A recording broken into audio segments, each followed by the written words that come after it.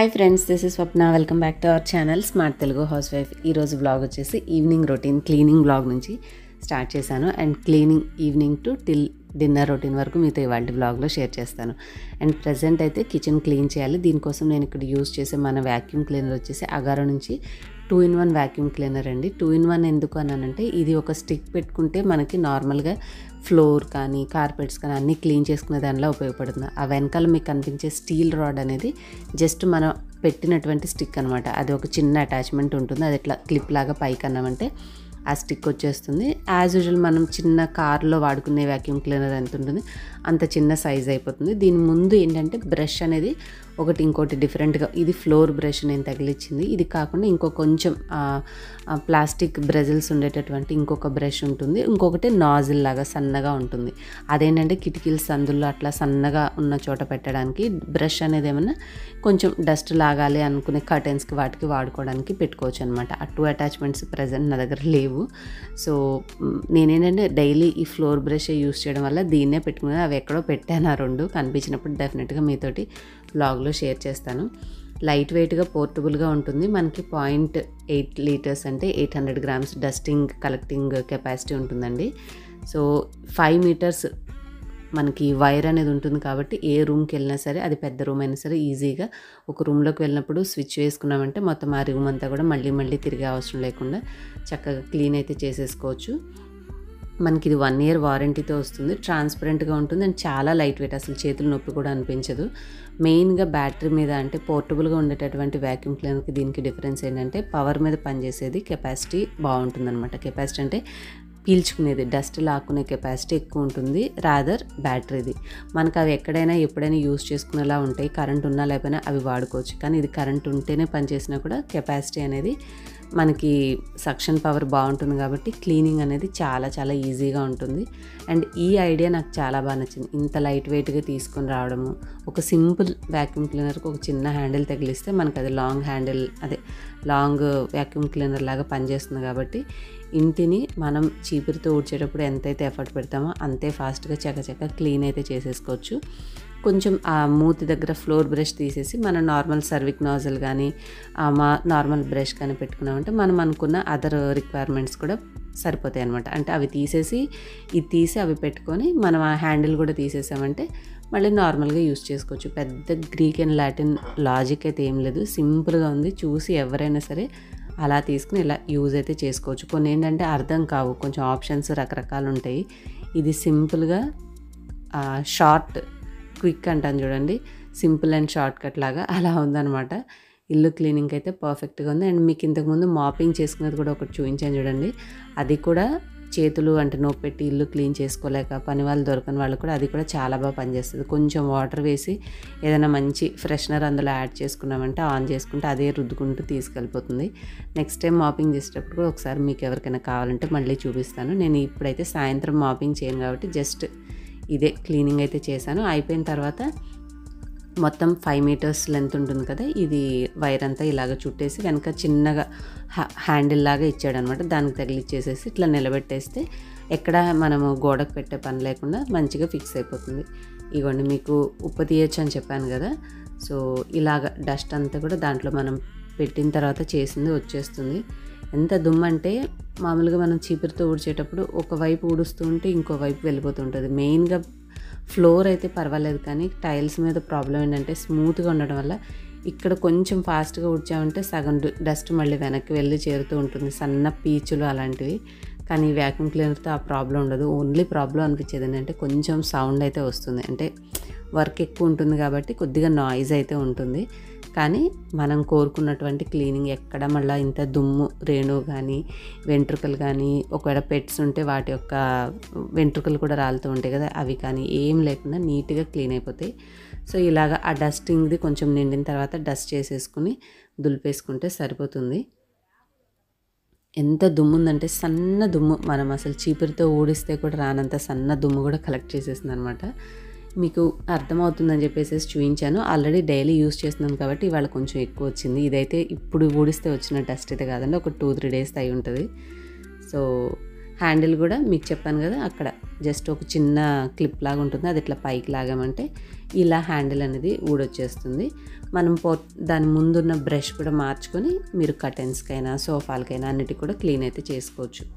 So నాకైతే ఓవరాల్గా 100 out of 100 బాగా నచ్చింది. ఓన్లీ థింగ్ ఏంటంటే కరెంట్ లేనప్పుడు మాత్రం పనిచేయదు, అదొక్కటే దీంట్లో ఉన్న ప్రాబ్లం తప్పితే ఇంకా వేరేది ఏది మీరు ప్రాబ్లం అనుకోరు. కావాలనుకుంటే లింక్ నేను డిస్క్రిప్షన్లో ఇస్తాను, ఆ లింక్ ద్వారా హ్యాపీగా షాపింగ్ చేసుకోండి. డిస్క్రిప్షన్ అండ్ పిన్ కామెంట్లో కూడా ఇస్తాను.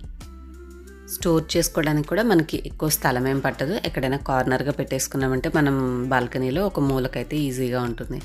అండ్ ఇవాళ అయితే నేను బ్రెడ్ ట్రై చేద్దాము. హోల్ వీట్ బ్రెడ్ చాలా రోజులైంది కదా, అండ్ ఈ స్టాండింగ్ మిక్సర్ వచ్చింది కాబట్టి దీంట్లో ఈజీగా ఉంటుంది మిక్సింగ్ చేసుకోవడం అని ట్రై చేద్దాం అనేసి ఒక కప్పు పాలు తీసుకున్నాను. దాంట్లోకి 1/2 స్పూను ఈస్ట్ పౌడర్ అలాగే 2 స్పూన్స్ షుగర్ వేసి ఏ కప్పుతో అయితే తీసుకున్నా ఆ కప్పుతో 3 కప్పులు పిండి అయితే తీసుకుని కొలుచుకొని ఒక గిన్నెలో సపరేట్గా పెట్టుకున్నాను. దీనికి అటాచ్మెంట్ ఫిక్స్ చేసుకోవడం కూడా చాలా సింపుల్ అండి. కొంచెం హోల్ లాగా ఉంటుంది, అక్కడ పెట్టి ఇట్లా ట్విస్ట్ చేసామంటే లాక్ అయిపోతుంది అనమాట. సో కలుపుకోవడానికి బాగుంటుంది. మరి బ్రెడ్ అయితే ఫైనల్గా చేయగలిగానా లేదా అనేది మీరు వీడియో మొత్తం చూస్తే ఏం జరిగిందనేది విషయం తెలుస్తుంది.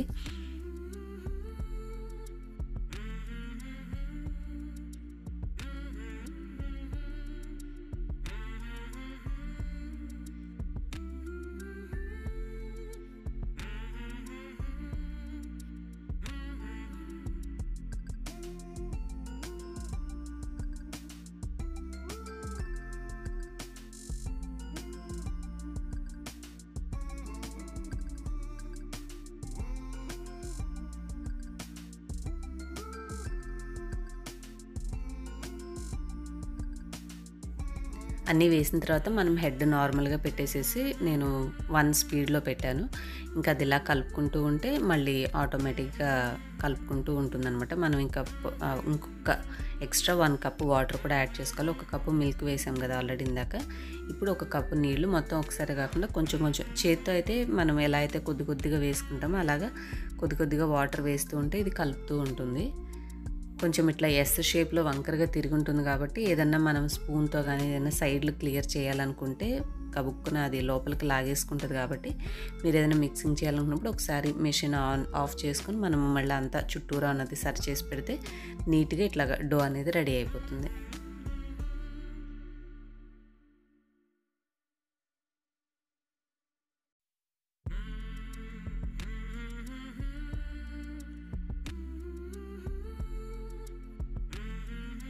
కలిపిన తర్వాత పిండి ఒక కనీసం 2 గంటలు రెస్ట్ ఇచ్చి పక్కన పెడితే మనం ఈస్ట్ అదంతా కలిపాం కాబట్టి మళ్ళీ మనకి పిండి పులిసినప్పుడు ఎలాగో ఉబ్బుతుందో అట్లాగా డబల్ సైజ్ అవ్వాలన్నమాట. అలా అయితే మనం బ్రెడ్ చేసినప్పుడు ఫ్లఫీగా వస్తుంది. జస్ట్ ఇప్పుడు మిక్సింగ్ స్టేజ్లోనే ఉంది కాబట్టి ఇదంతా కలిపేసిన తర్వాత సరిపడినన్ని కొంచెం మనం వాటర్ పోయంగానే ఎక్కువ తడిగా అనిపిస్తుంది, కానీ ఎక్కువసేపు మనం చేతితోటి కలిపామనుకోండి అదేమవుతుందంటే ఆ నీళ్ళంతా పీల్చేసుకుని మనకి పిండి కొంచెం స్టిక్కీగా ఉన్న మంచిగా వచ్చేస్తుంది. దీంట్లో వేసే ముందే నేను ఒక 2 to 3 స్పూన్స్ ఆయిల్ కూడా వేసాను, ఒక 1/2 టీ స్పూన్ ఉప్పు కూడా వేసాను. అవన్నీ వేసిన తర్వాత మనం నీళ్లు కలుపుకుంటూ మిక్సింగ్ అంటే ఇప్పుడు కొంచెం లూజ్గా ఉంది కదా, ఒకసారి ఆఫ్ చేసి నేను ఒకసారి కలుపుకుంటున్నాను. అప్పుడు మొత్తం పూర్తిగా నీట్గా కలుస్తుంది.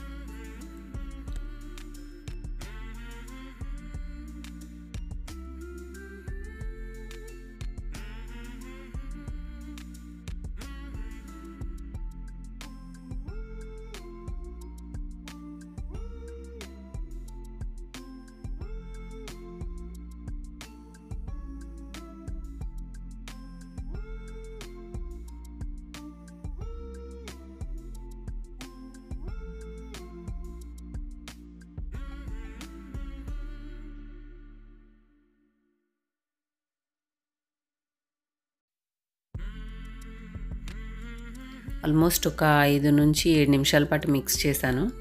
అది అయిపోయిన తర్వాత బాగానే దగ్గరకు వచ్చేసినట్టుగా అనిపించింది. ఇంత అవసరం లేదేమనేసి మిషన్ అయితే ఆఫ్ చేసేసి చూడాలి. ఈస్ట్ కూడా కొద్దిగా టైం దగ్గరకు వచ్చేసింది కాబట్టి మరి రేజ్ అవుతుందో లేదో అనేసి కొంచెం ఒక 3 కప్స్ అంటే కొద్దిగా పిండితోనే ట్రై చేశాను. పర్ఫెక్ట్గా వస్తే మళ్ళీ నెక్స్ట్ టైం ట్రై చేయొచ్చు అని చెప్పేసి.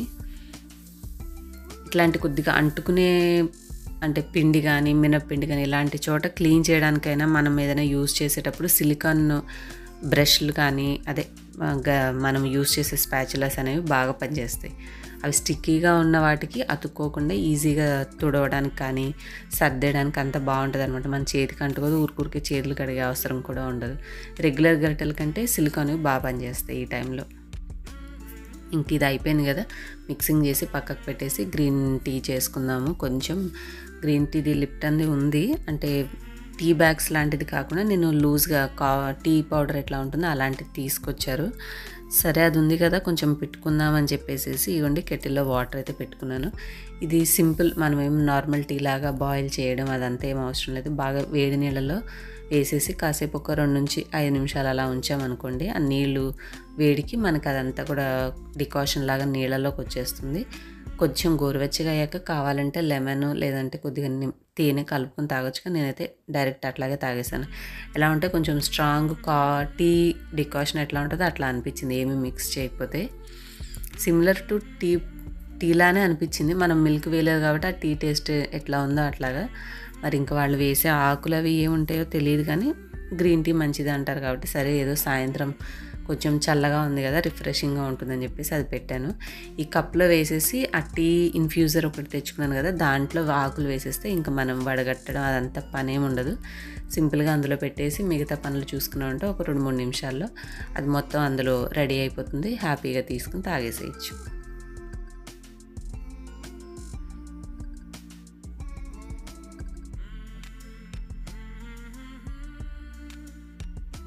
ఇగోండి కాసేపు అయిన తర్వాత మనకి గ్రీన్ టీ అయితే రెడీ అయిపోయింది.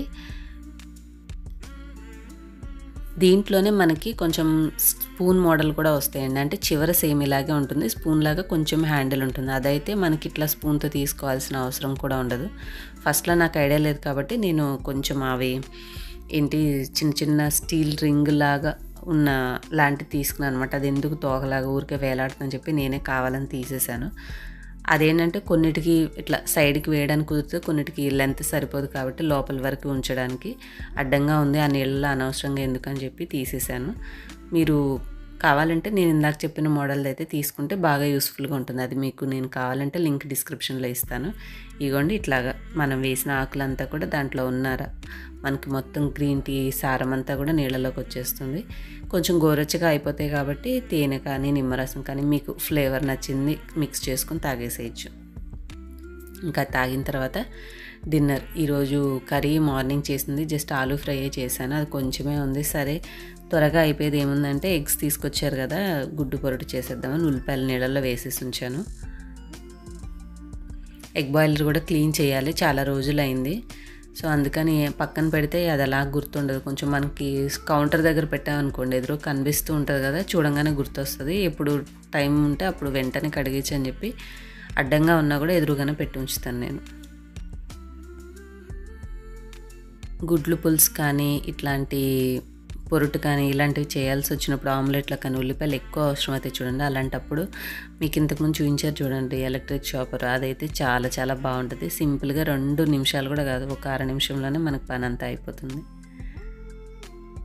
కాస్త నీళ్ళలో వేసేసి పెట్టుకుంటే తోలు అనేది తేలిగ్గా వచ్చేస్తుంది. ఆ తర్వాత మనం చిన్న చిన్నగా కట్ చేసుకోవచ్చు, లేదంటే ఈ చాపర్ ఉందనుకోండి దీంట్లో వేసేస్తే చిటికలో పని అయిపోతుంది. మనకి ఎక్కువ ఉన్నప్పుడు బాగా ఉపయోగపడుతుంది, ఒక్కొక్క దానికి పెద్దగా అవసరం ఉండదు, కానీ ఎక్కువ కట్ చేయాలనుకున్నప్పుడు మాత్రమే యూస్ చేస్తాను.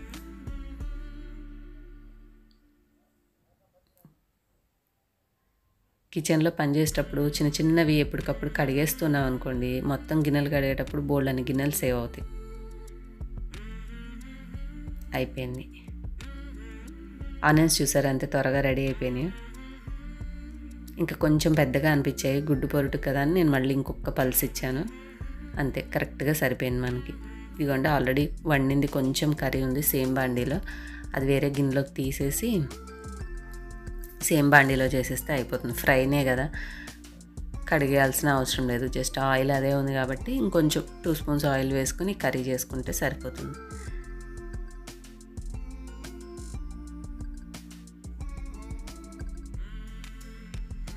నాన్ స్టిక్ ప్యాన్లో అయితే కర్రీస్ చేస్తే వెంటనే తీసేసుకొని మళ్ళీ జస్ట్ అట్లా టిష్యూతో తుడిచి మళ్ళీ ఇంకో కర్రీ కూడా చేసేసుకోవచ్చు ఫటాఫట్. గిన్నెలు చాలా సేవ్ అవుతాయి నాన్ స్టిక్ ప్యాన్లో వండుకుంటే.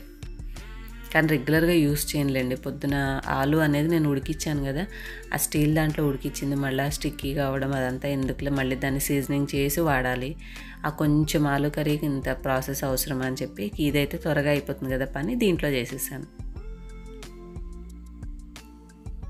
ఆలూ ఫ్రై కానీ, బెండకాయ ఫ్రై కానీ, దొండకాయ ఇట్లాగా డ్రైగా ఫ్రై చేసే వాటికి మనం రెగ్యులర్గా వేసుకునే ధనియాల పొడి, వెల్లుల్లి ఇలాంటి వాటితో పాటుగా మీకు నేను ఇంతకుముందు ఒకసారి ఫ్రైడ్ రైస్ మసాలా పౌడర్స్ చెప్పాను చూడండి, ఏ బ్రాండ్ అయినా తీసుకోండి.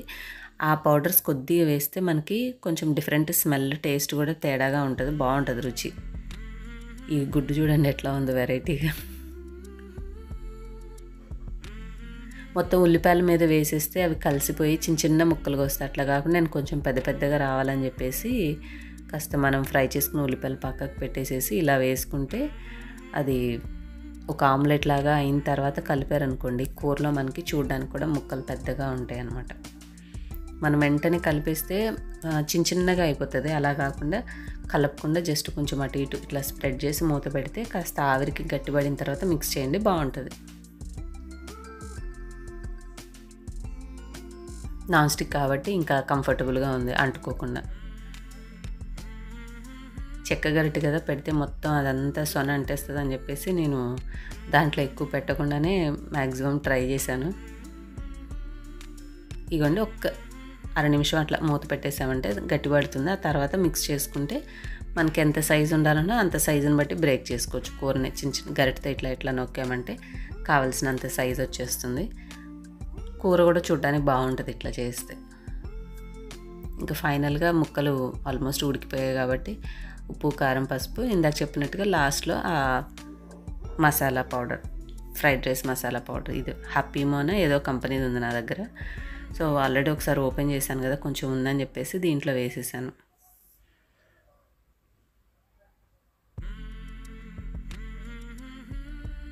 డ్రై కర్రీస్కి డిఫరెంట్గా ఉంటుంది టేస్ట్, బాగుంటాయి ఇవి. అంతే కలిపేసేసి మూత పెట్టి ఒక అర నిమిషం ఉంచి స్టవ్ ఆఫ్ చేసేస్తే కూర అయిపోతుంది. ఇంకా హాయిగా అన్నం వండుకొని తినేయచ్చు. ఎప్పుడన్నా కూరలు వండేంత ఓపిక లేదు అన్నప్పుడు గుడ్లు ఉంటే ఇట్లా ఫటాఫట్ చేసేసుకోవచ్చు ఉల్లిపాయలతోటి. కాకపోతే ఏంటంటే మనకి టైంకి ఇంట్లో ఎగ్స్ ఉండాలంతే. ఇగోండి రైస్ కూడా నేను స్టీల్ గిన్నెలోనే కడిగేసి కుక్కర్లో పెట్టేశాను, ఆల్మోస్ట్ అయిపోయింది. సో నేనైతే డిన్నర్కి కూర్చోలేదు, కొంచెమే తేజుకి ఈయనకి అన్నట్టుగా కొద్దిగా వండాను అనమాట. సో అన్నం కూడా ఇందులోంచి తీసాను.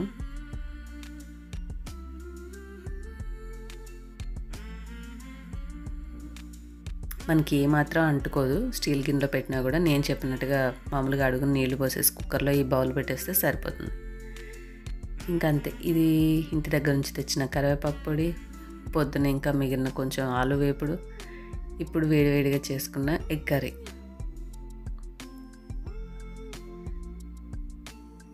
కాస్త కరివేపాకు కారానికి నెయ్యి ఉంటే బాగుంటుంది కాబట్టి నెయ్యి కూడా కొద్దిగా వేసుకొని వేడివేడి అన్నం పెట్టుకున్నామంటే సూపర్గా ఉంటుంది డిన్నర్.